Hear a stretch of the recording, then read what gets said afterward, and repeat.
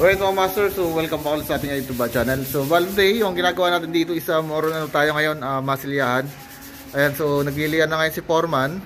So kailangan na matapos na natin dito yung kabilang side para mapinturahan na. Kasi yung scaffolding natin isa kukuhain na po ng GIS next month. Okay, so kailangan mapinish na po natin bago natin matapos. Then ito, minasilyahan natin ito kanina. So nagkapitin tayo ng mga outlet sa amplifier. Ayan. Then isang rito. Ayan. Then isang outlet sa CR. Ito mga master yung kanilang nililiha. Ayan. So itong buong side na ito. So tinapos na reforman yung ating rito. Yung poste natin sa my group. So yun.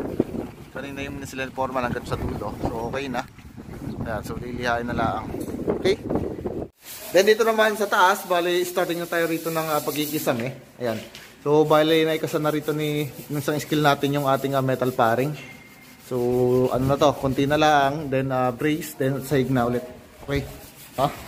Then dito sa baba mga master, bali nagmamasiling isang labor natin. So ito, tapos na to pare. So okay na to. Bali ito guys yung minamasilyan ng isang natin, labor. Ayan, so tapos na yata are. So bilihain na lang natin. So ito no, minasilyan din.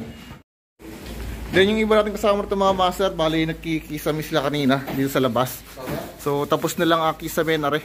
Itong ating sa terrace natin. So kinabitan ko na isang ilaw dito at saka yung ating motion sensor. Okay, so okay na. So yun lang muna mga master, bali in-update ko lang ito.